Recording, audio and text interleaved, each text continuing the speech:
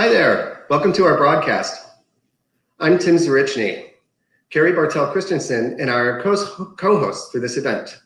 As a reminder, the information provided during this event is for information purposes only. For medical questions, please reach out to your primary care or healthcare professional. Now let's begin. Carrie, good to see you. Good to see you, Tim.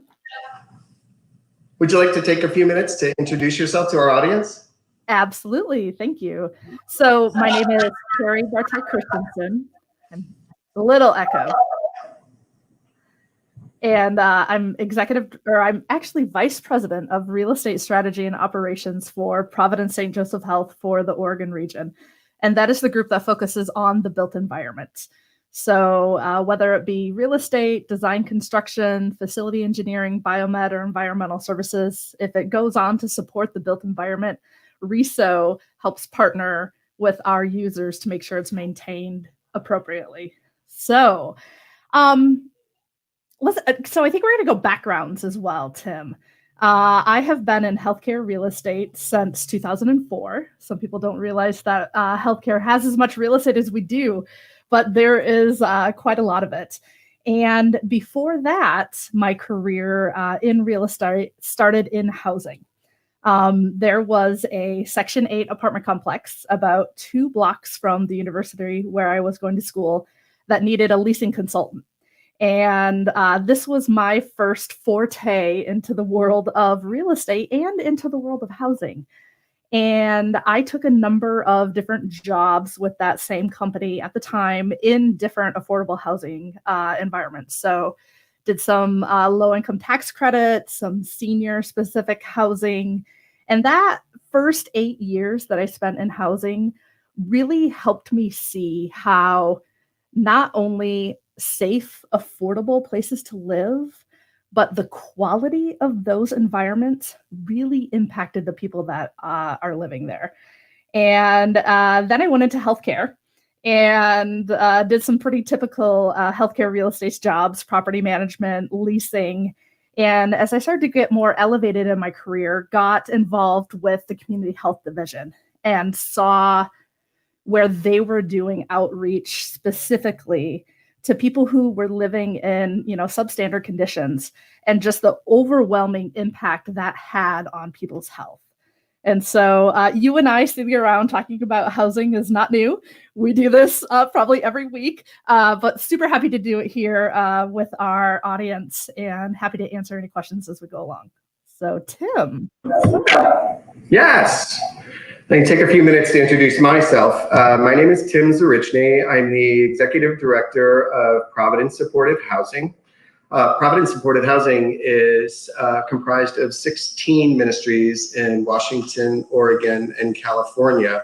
Currently, we're providing permanent affordable housing and service coordination for low-income individuals, predominantly seniors, 62 and older, and people with disabilities. I started my career coming out of a master's program in counseling and educational psychology in higher ed, but quickly shifted over to HIV/AIDS services organization.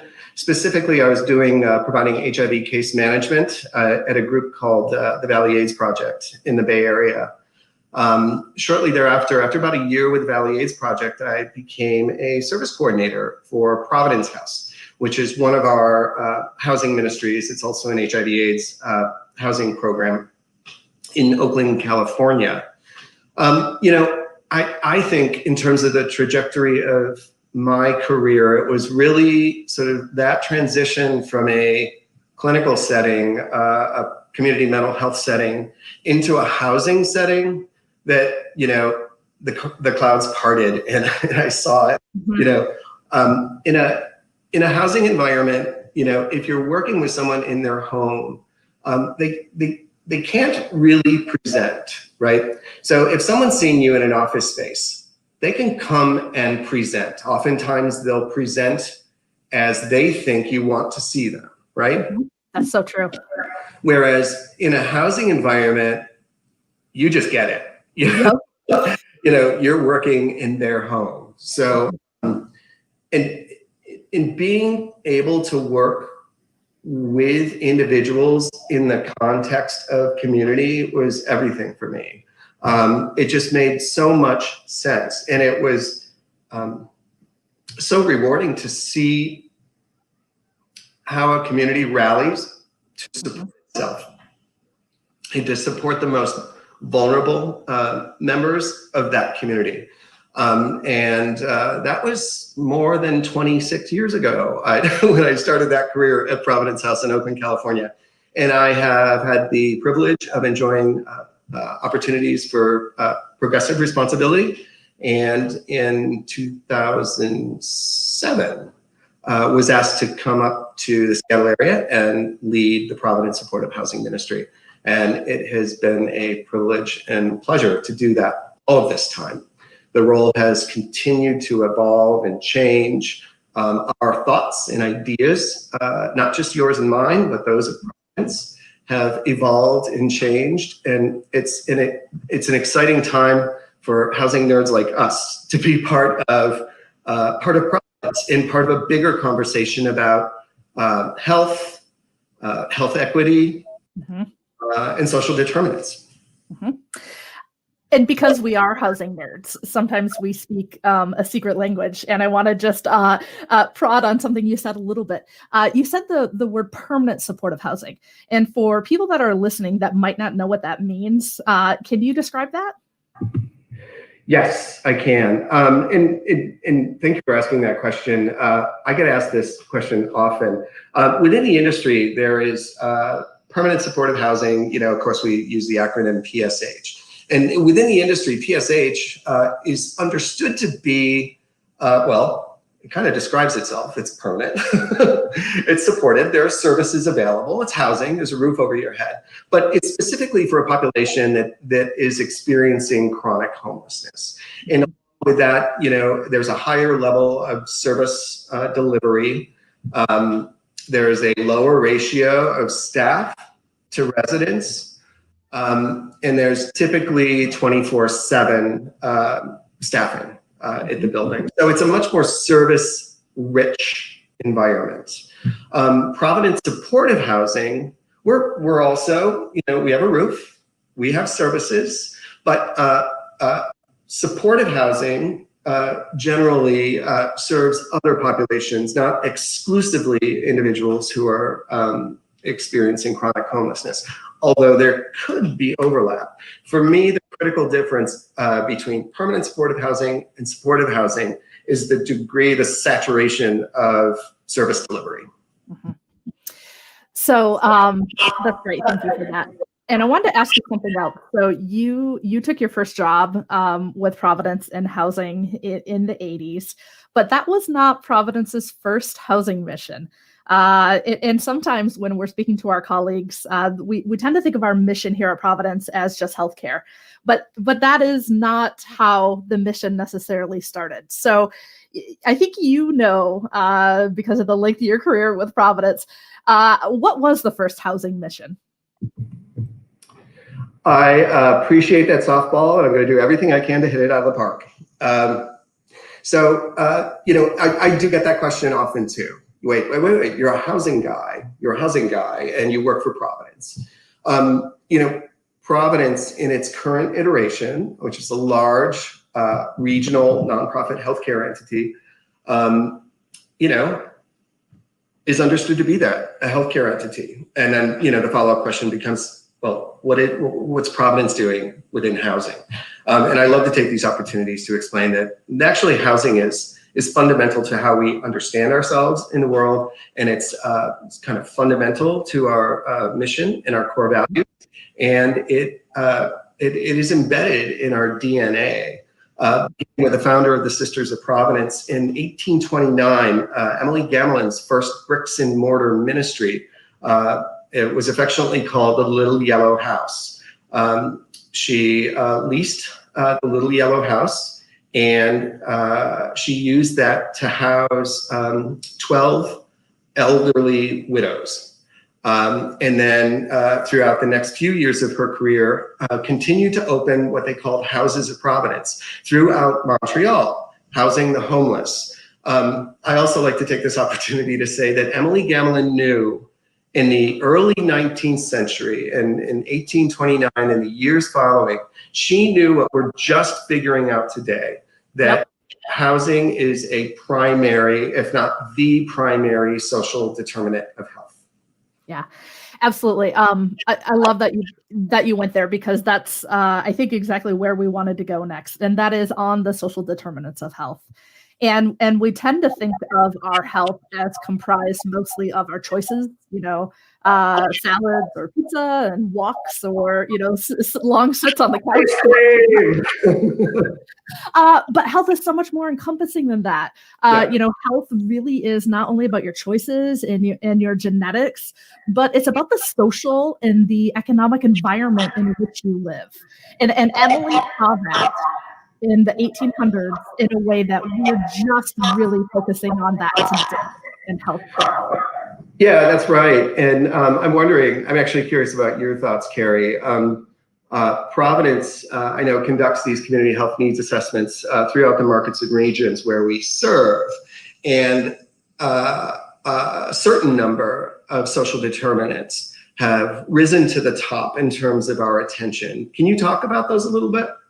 Absolutely. And as Tim said, the community needs assessments is something that became mandated by the Affordable Care Act in 2008. And so any nonprofit health system has to complete a community needs assessment, which looks at not only the primary health drivers of your community, but also the social determinants of health. And from what we see over and over and over in evaluating the community needs assessments is the need for housing. It is the number one unmet social determinant of health. So not just housing, but affordable housing. And that is another kind of buzzword that people throw around him, is affordable housing. So what does affordable housing really mean? Is that some type of, does it mean it's a government subsidy, or is it just housing you can afford?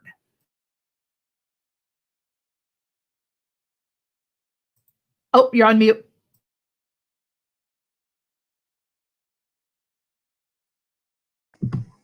As far as I'm concerned, it's all of the above. I often get questions about, where should we be in terms of affordable housing development?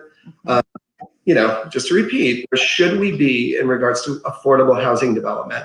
And I feel like I'm going to speak more broadly beyond just Providence. I'm going to say our communities need to be, covering the spectrum. What we do know is that the lowest income area median incomes are most disproportionately affected by the dearth of affordable housing stock. But they're not the only ones who are impacted. We can look at the cohort of individuals served by Providence supported housing currently, and we recognize that they're within about a 15% of area median income. But there are plenty of people out there who are working full time, supporting families who are disproportionately impacted by exorbitant cost of housing, particularly up and down the West Coast, where, of course, Providence has a significant footprint. Right. We can't create a false dichotomy around serving people who are homeless and serving people who are housing unstable, because it's folks who are experiencing housing instability who are most likely to become homeless. We need to figure out how to walk and chew gum simultaneously. That's right. We can't get trapped into the either or thinking. Right. So I'm in Portland, as you know, and you're based in Seattle, and these are two cities that just the evidence of homelessness is all over. Mm-hmm. In Portland specifically, I think we're about 30,000 units short of affordable housing. Mm-hmm. And if I go on an apartment finder search today, I will see that if I don't put an income bracket in, meaning I have no upper limit to what I can spend, I could rent any one of 7,000 apartments. But if I had to limit that to $1,000 or even $1,200 a month, it goes down to like maybe 6 apartments. So it's not that there's not stock and ability in housing, because people often will say it's just an economics problem, right? Create more stock and then the price will lower. But that is not what we see, is that we need to create affordable and deeply affordable housing in order for our communities to be able to serve a broad spectrum of people who are needed to work and live in our communities. Yeah, I think that's true. And a topic for future conversation. I also think we need to be thinking about wealth generation in relationship to housing and in relationship to racial equity. Absolutely. That's a topic for a future conversation, but it's an important one we in our communities need to be having. As far as your career is concerned, particularly with Providence, Carrie, I do have to give some credit to you where credit is due for compelling me to think more openly about different affordabilities and different target populations. I think it's interesting that you in your work have been pulled into very sort of pragmatic, real challenges that are housing related. And I think, for example, one of the conversations you and I had was to do with workforce housing, and I'll use Seaside as an example. That's right. I remember this. I don't remember what city though. We may have been in Texas, or we could have been in California. We had a road trip where we had a lot of conversations. And in Seaside, Oregon, we have a ministry. And it is a very tourist destination. It's on the coast. It's beautiful. And so in the winter, you can find a relatively affordable place to live. But come summer, all the leases are short in the winter. And come summer, that price doubles, even triples. And so our caregivers that work at that ministry, our employees, no matter what they do, can't find places to live in a relatively, short commute to their places of employment. And this is not just, specific to Seaside. We see this in Alaska. We see this in Medford, Oregon. And it really deteriorates people's health. The further they have to live out, the longer they have to spend on the road will just really deteriorate your health even further.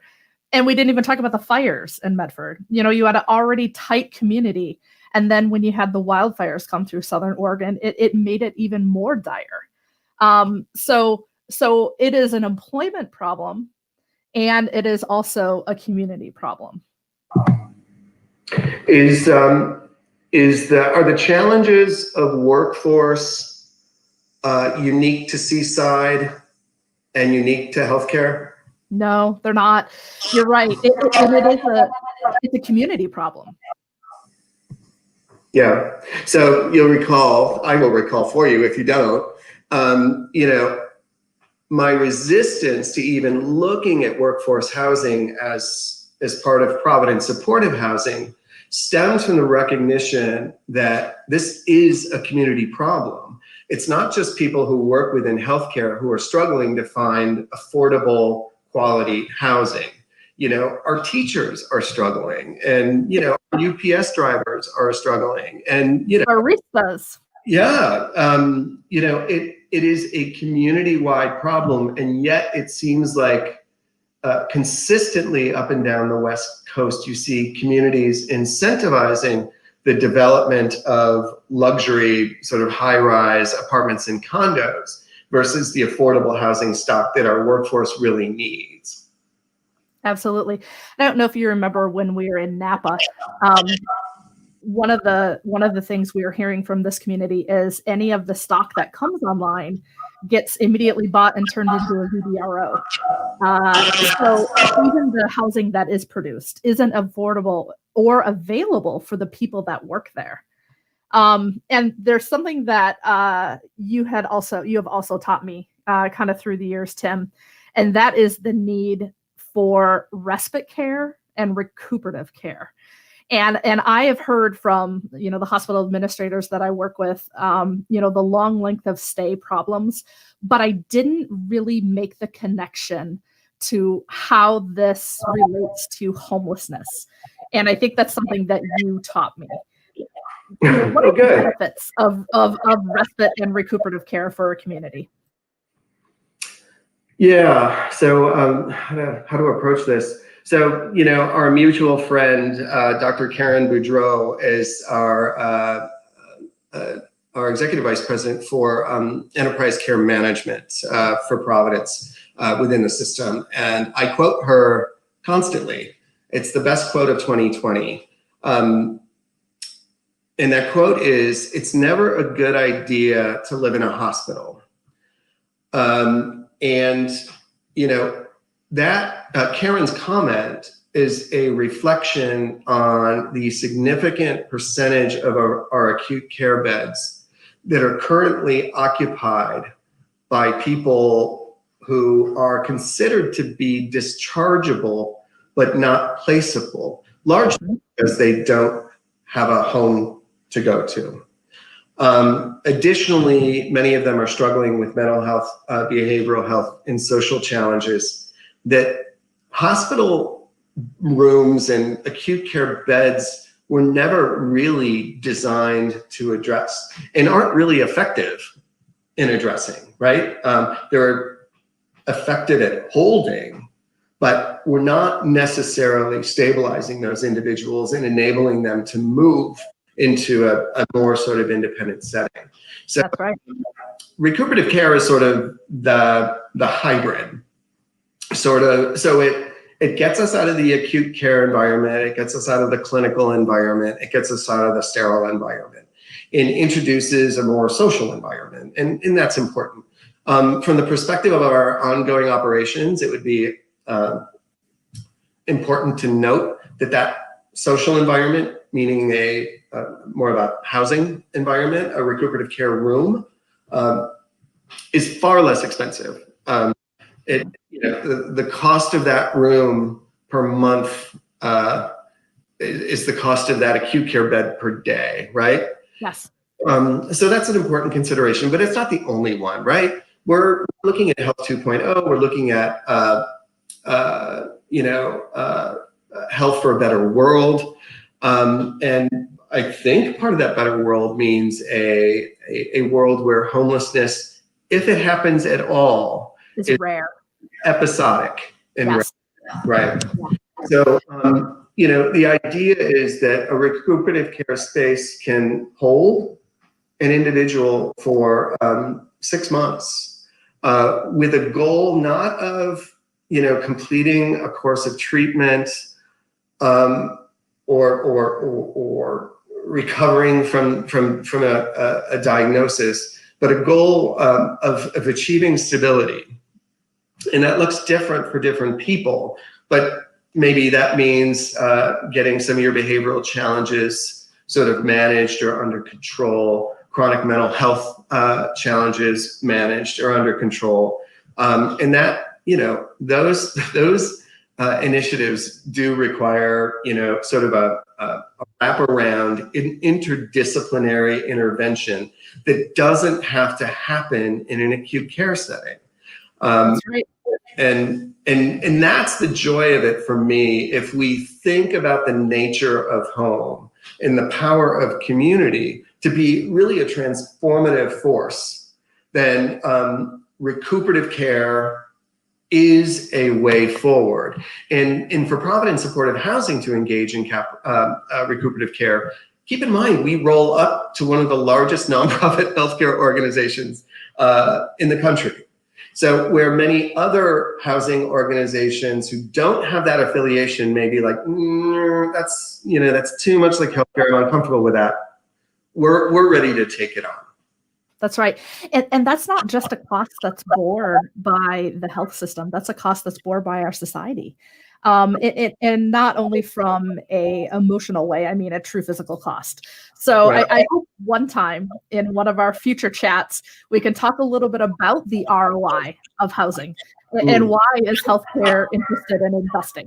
But we certainly don't have time for that today. Yeah, that's true. I do think about, I mentioned it earlier, the idea of housing instability, people who are, one check away from eviction and homelessness. I think about a population that we don't think about a lot when we're talking about homelessness. But I see within our existing programs a cohort of women who are 62 and older. They're retired. If they worked, they may have been housewives throughout the course of their lives, raised kids, now widowed, who are living in a senior housing program. We have an applicant who's now a tenant, Eleanor in Portland. She did everything right. She saved, she worked, she had a wonderful career in healthcare, actually. As the cost of living began to skyrocket in Portland, increasingly over time, she began downsizing in order to manage the cost of an apartment.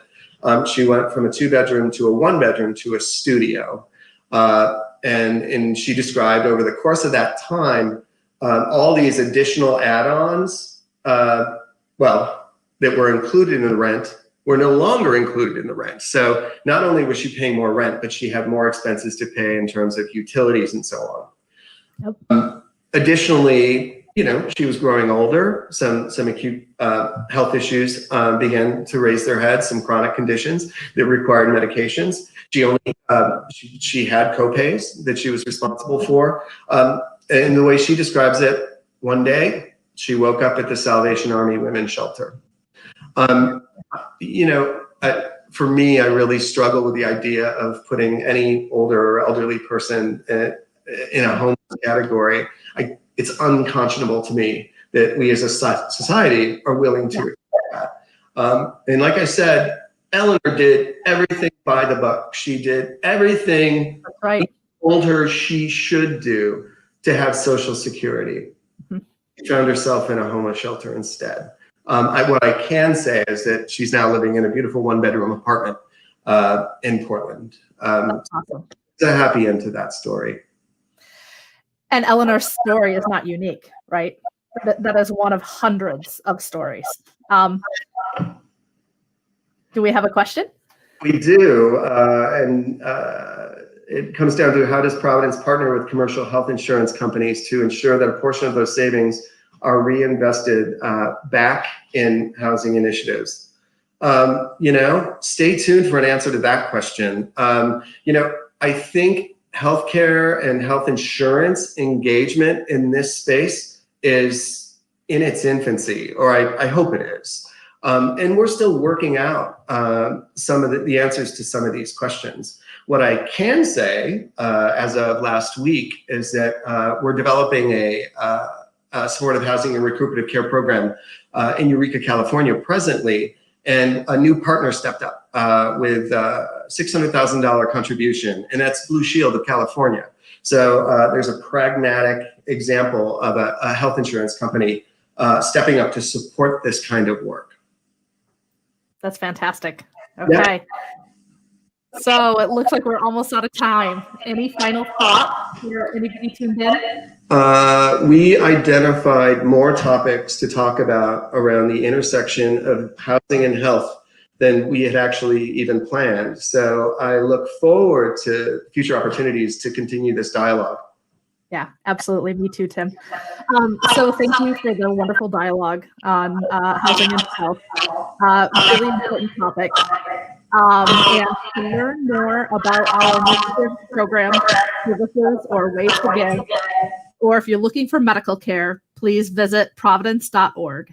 And make sure you follow us on social media, Providence Health System for LinkedIn, Facebook, and Instagram, and Providence on Twitter, @Providence on Twitter. So thank you, everybody, for joining in. Great conversation. More to come. Tim and I would love to talk to you about housing is health again.